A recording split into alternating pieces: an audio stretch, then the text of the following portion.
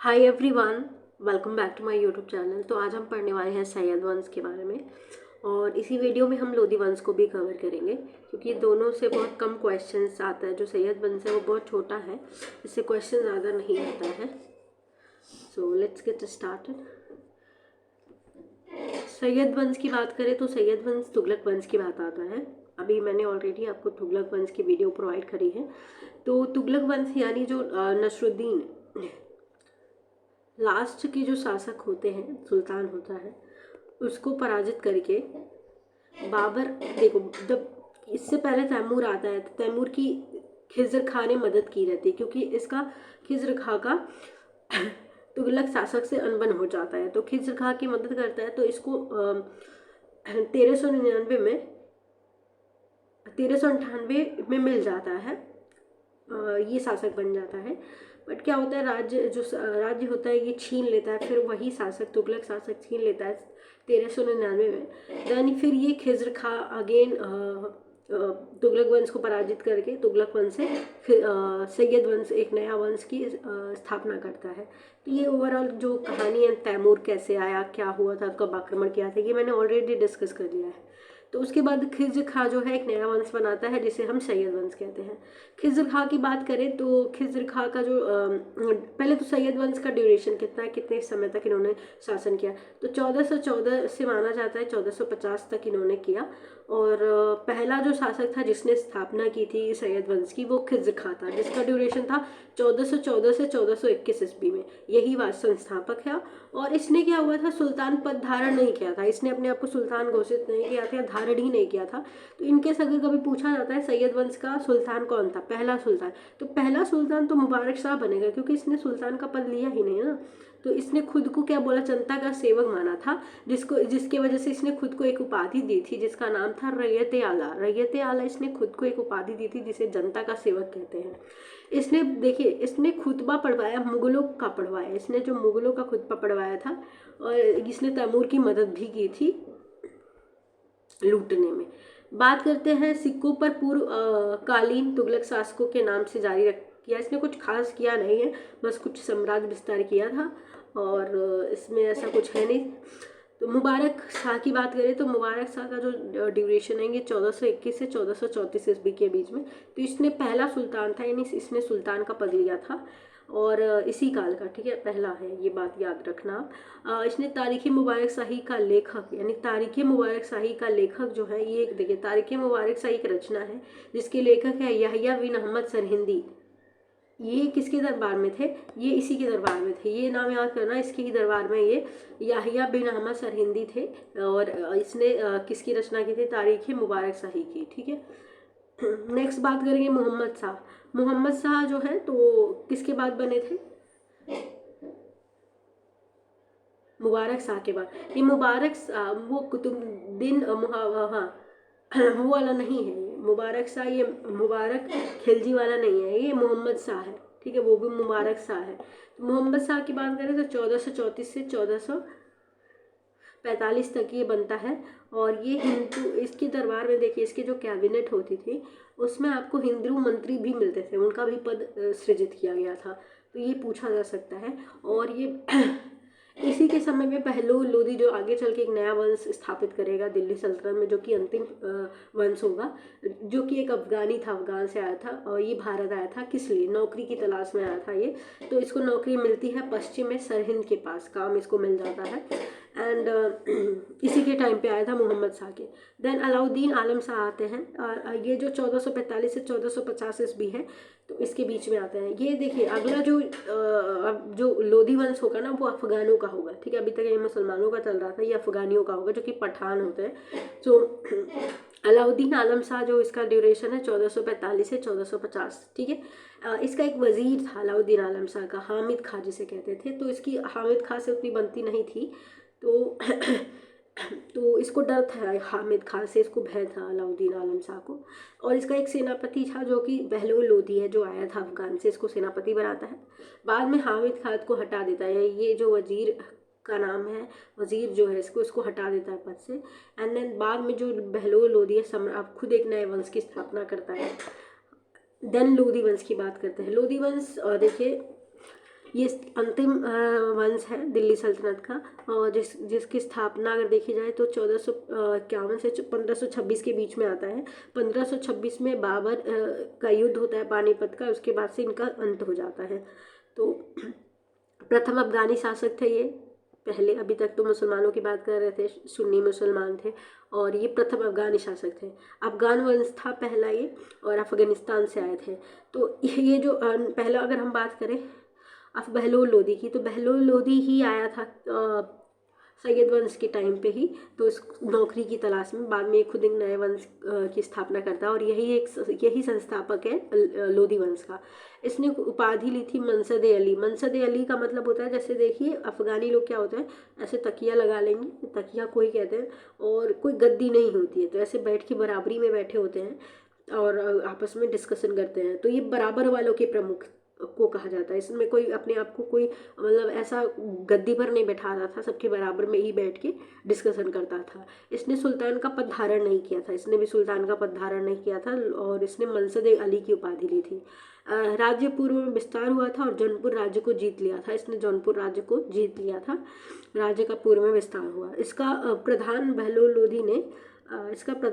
लोधी ने अपने बेटे बारबक शाह को बनाया था। तो वो जो जौनपुर नगर जीत लिया था, जौनपुर राज्य, तो यहाँ पे बारबक शाह जो अपने बेटे हैं उसको यहाँ का प्रधान बनाया था। नेक्स्ट बात करें, पूर्व में विस्तार किया था ये, तो ये बताया मैंने। नेक्स्ट जो बनेगा वो देखिए जौनपुर में कौन था, सरकी वंश रहते थे, तो जौनपुर में सरकी वंश थे। तो इब्राहिम और सरकी वंश ने स्थापना, मतलब यहाँ पे इब्राहिम सरकी वंश, यहाँ सरकी रहते थे, सरकी वंश, तो उनको हरा के। और जौनपुर जो नगर है ना, वहाँ पे इस मदरसा का विकास, वास्तुकला बहुत प्रसिद्ध हुई थी। यहाँ पे लोगों को शिक्षा भी दी जाती थी मदरसा में। तो ये जौनपुर नगर को जीत लेता है बहलोल लोदी। ठीक है, सिकंदर लोदी बात करते थे, बहलोल लोदी का बेटा होता है, जिसका ड्यूरेशन है 1489 से 1517 के बीच में। ठीक है, सिकंदर लोदी। तो इसका मूल नाम क्या था, निज़ाम खां। इसको बाद में सिकंदर लोदी का पद मिलता है। इसका मूल नाम था निज़ाम खां, और इसका उपनाम था गुलरुखी मतलब क्या होता है, ये गुलरुखी नाम से लिटरेचर यानी साहित्य लिखता था, तो इसका साहित्यिक नाम था, लिटरेरी नेम था ये। और इसको उपाधि मिली थी सिकंदर लोदी की। और ये स्वयं को संप्रभु सुल्तान घोषित किया था, निरंकुश राजा की प्रतिष्ठा स्थापित की। अभी बहलोल लोदी था तो बराबरी में बैठता था, लेकिन इसने क्या है, निरंकुश राजा की प्रतिष्ठा स्थापित की। ठीक है, और सुल्तान घोषित किया खुद को। साम्राज्य विस्तार की बात करें तो विद्रोही बारबक शाह का दमन तथा जौनपुर क्षेत्र पर नियंत्रण स्थापित किया। बारबक शाह विद्रोही इसका भाई ही था, जो बहलोल लोदी है ना, बहलोल लोदी का ही बेटा बारबक शाह था, तो उसका इसने दमन किया, जौनपुर क्षेत्र पर नियंत्रण स्थापित किया, क्योंकि उसको प्रधान नियुक्त कर दिया गया था ना बहलोल लोदी के टाइम पे जौनपुर के पास। बिहार क्षेत्र की विजय कर राज्य की पूर्वी सीमा को बढ़ाया, और तथा बंगाल के साथ शांति समझौता किया। भी अन्न के ऊपर कर समाप्त कर दिया, तो ये प्रीवियस ईयर क्वेश्चन है, अन्न के ऊपर इसने कर समाप्त कर दिया। किसने, सिकंदर लोदी ने।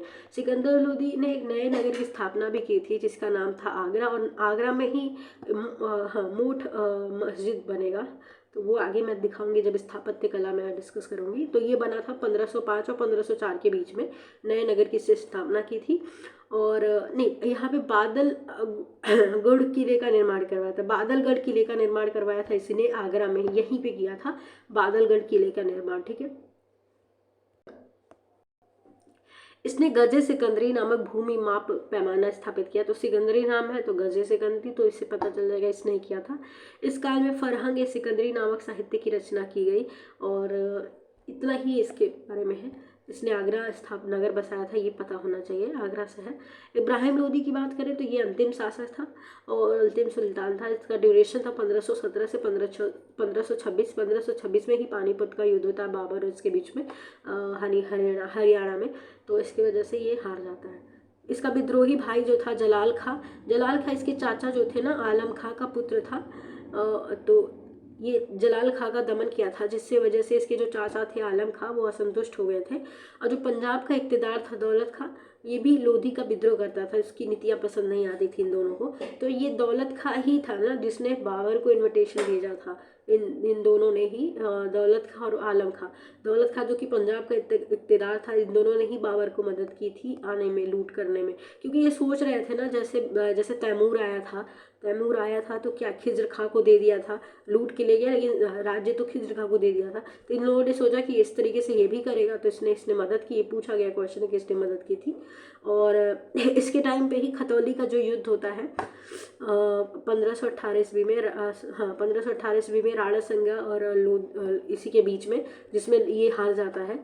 और जो सबसे बड़ा बैटल ऑफ पानीपत, यानी जो पानीपत का युद्ध होता है, जब बाबर आता है, आता है तो लूट करने के लिए। बाबर देखिए अभी तो वो फरगना और समरकंद से ही उसका विवाद चल रहा था, उसके फैमिली विवाद ही चल रहा था। तो फिर वो इधर आता है, वहाँ पे रिसोर्सेज ज़्यादा नहीं थे, वो ज़्यादा लूट करने के लिए आता है, लेकिन उसकी नीयत तो अलग ही थी। वो तो यहाँ पे मुगल साम्राज्य ही बना के चला गया। तो ये लोग दौलत खां और इन लोगों को तो धोखा हो गया। और यहाँ पे जो पानीपत का युद्ध होता है ना, इसमें जो बाबर रहता है ये पानीपत के मैदान में युद्ध करता है। कब होता है ये? 21 अप्रैल 1526 में होता है, जिसमें एक तरफ आप इब्राहिम लोधी रहता है, दूसरी तरफ बाबर रहता है। बाबर की सेना बहुत कम थी, माना जाता है कि 10,000 के अंदर ही थी, जबकि इसकी सेना जो थी लोधी की 1 लाख थी। लेकिन जो नीति थी ना उसकी, बाबर की, वो ज़्यादा ही अच्छी नीति थी। वो तुलगुमा नीति होती है ना, तुलगुमा नीति का प्रयोग किया था, जिसमें क्या किया था इसने, देखिए ये इधर चारों तरफ खाई बनवा दिया था, इसको ऐसे घास वगैरह से ढक दिया था। देन यहाँ पे पहले तोप रख दिया था, इधर बाबर लोधी की सेना है। एंड देन ये हाँ बाबर आया था ना, बाबर जब आया था ना, पहले तोपों को लेके आया था। तो तोपों को इसी ने ही लेके आया था। तोप यहाँ पे रहता है, पीछे सेना रहती है, फिर पीछे एक संरक्षक सेना रहती है जिसको सेफ रखता है। देन ये धीरे से इधर पलायन करके पीछे से घेर लेते हैं। जब ये थक जाते हैं तो इसको भेजता है, क्योंकि इस टाइम बहुत धूप होता है उस टाइम। तो इस तरीके से ना ये इधर जा पाते हैं ना इधर जा पाते हैं, और ये मर जाते हैं। तो इसकी एक नीति अच्छी थी कि कम सेना में भी युद्ध जीत गया।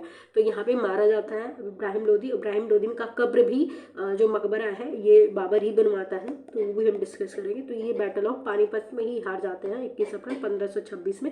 1526 में होने के बाद उसके बाद से आपका आएगा 1530 तक बाबर युद्ध लड़ता रहेगा, फिर मृत्यु हो जाएगी। देन आपका यहाँ पे बाबर मुगल साम्राज्य यानी मुगल साम्राज्य स्थापित करेगा। मुगल कब लाएगा वो हम नेक्स्ट वीडियो में डिस्कस करेंगे। देखिए कुछ स्थापत्य कला की बात कर लें जो पूछा जाता है। तो सैयद व लोधी वंश की बात करें, सुल्तान के साथ अमीरों के द्वारा निर्माण किया कार्य जो किए गए थे, दोनों के ने किया था। अष्टभुजी व चतुर्भुजी मकबरे बनाए गए। शाही मकबरे जो होते थे अष्टभुजी होते थे, और चतुर्भुज मकबरे अमीर के द्वारा निर्मित मकबरा था। तो मकबरा भी 2 टाइप का होता था। ऊंचे चबूतरों पर मकबरे का निर्माण किया जाता था, जैसे लोधी गार्डन में देखा होगा। तो मकबरों पे उद्यान भी निर्माण किया गया, लोधी गार्डन जो दिल्ली में है।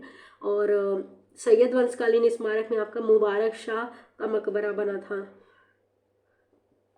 मुबारक शाह सैयद वंश से बिलोंग करते हैं। अब बहलोल लोधी वंश की बात करें तो बहलोल लोधी का मकबरा किसने बनाया था? सिकंदर लोधी ने, क्योंकि इसका पिता ही था ना सिकंदर लोधी का। और सिकंदर लोधी का मकबरा बना। इब्राहिम लोधी का मकबरा निर्माता जो था वो बाबर ने ही निर्माण किया था, जो पानीपत के युद्ध के बाद मर जाता है। तो मोठ मस्जिद बना था। मोठ मस्जिद जो बना था सिकंदर लोधी के गवर्नर ने मियाँ भुआ ने निर्माण कराया था मोठ मस्जिद। ठीक है, ये कुछ ऐसे इंपॉर्टेंट थे जो मैंने आपको बता दिया। नेक्स्ट वीडियो में बैटल ऑफ पानीपत डिटेल में बस पूछा जाता है कब हुआ था, तो वो याद होना चाहिए, किसके बीच में हुआ था, कौन सी नीति अपनाई थी, कितनी सेना, ये सब पूछा जाता है। तो और कुछ इसमें नहीं पूछा जाता, इसलिए मैंने ज़्यादा डिटेल में नहीं बताया कि बाबर कैसे कहाँ से आया था, वो हम मुगल काल में पढ़ेंगे। निम्नलिखित सुल्तानों में से कौन अन्य के ऊपर कर समाप्त अभी मैंने कर लिया जाना जाता था, करने के लिए जाना जाता था, ये मैंने अभी ऊपर आपको बताया ना, ये सिकंदर लोधी था। ठीक है, नेक्स्ट मध्यकालीन भारत में मुगल शासक वस्तुतः थे ये चगतकाई तुर्क थे। ठीक है, नेक्स्ट अफगानिस्तान पर आधिपत्य के समय बाबर को किसने भारत पर आक्रमण करने के लिए निमंत्रण भेजा था? तो दौलत खान ने भेजा था। पहले तो वो देखिए काबुल अफगानिस्तान पर आक्रमण करता है, फिर उसकी नज़र भारत पर पड़ती है और इन्विटेशन भी मिल जाता है तो आता है। नेक्स्ट बात करें जौनपुर नगर की स्थापना। देखिए जौनपुर नगर की स्थापना जौना खां के नाम पे हुई थी। तो जौना खां के नाम पे किसने की थी? तो ये प्रीवियस वीडियो में ही हमने डिस्कस कर लिया था। फिरोज शाह तुगलक ने मुबारक जौनपुर नगर निम्नलिखित में से स्मृति में स्थापित किया गया था। मोहम्मद बिन तुगलक के नाम पे किया गया था, ये भी डिस्कस कर लिया। आई थिंक रिपीट हो गया। तो आई होप आपके लिए वीडियो हेल्पफुल रही होगी, एंड वीडियो पसंद आती है तो guys please do like share and subscribe.